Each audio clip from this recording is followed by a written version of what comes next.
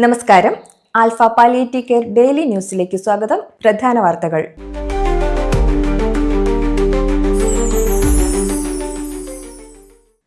ലോകമെങ്ങും നാളെ ക്യാൻസർ ദിനം ആചരിക്കും.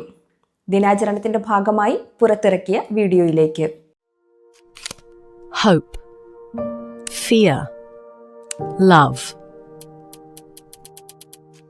Millions are diagnosed with cancer every single year, and the number is rising.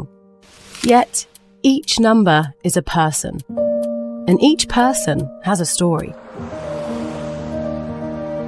We're also parents, friends, brothers and sisters, lovers and dreamers, thinkers and achievers. We feel anger. We show resilience. We get lonely. We grieve. We deny. We heal. We are more. More than a number. More than a diagnosis. More than a disease. It's time to act. Time to put people and communities at the centre of health systems and cancer care. We're unique in our needs, but united in our goals and united in our message to give people a stronger voice and a more active role in their own health. Treat the person, not only the disease, so that everyone, everywhere can get the care they need.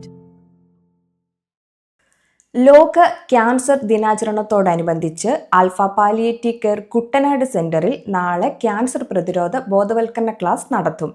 രാവിലെ 10 ആരംഭിക്കുന്ന ക്ലാസ്സിന് doctor Amina Kamal നേതൃത്വം നൽകും.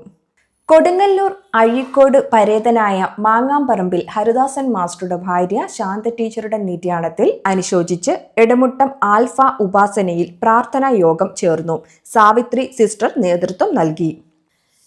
Thrissur Edavilangu government higher secondary സ്കൂളിലെ NSS unit Alpha palliative care Kodungallur link സെന്ററിന് വാക്കറുകൾ സംഭാവന നൽകി. സെന്ററിലെ സ്വാന്തന പരിചരണ പ്രവർത്തനങ്ങൾ നേരിൽ കണ്ടു മനസ്സിലാക്കുന്നതിന് NSS കോർഡിനേറ്റർ ലീനറ്റ് ടീച്ചർ വിദ്യാർത്ഥികൾക്കൊപ്പം സെന്റർ സന്ദർശിച്ചപ്പോഴാണ് വാക്കറുകൾ കൈമാറിയത്. സെന്റർ ഭാരവാഹികളായ Venatt Kareem, CS Thilakan, KK Saithu, Jamal Thodupully, Siraj, physiotherapist Ajith Ramesh എന്നിവർ പങ്കെടുത്തു.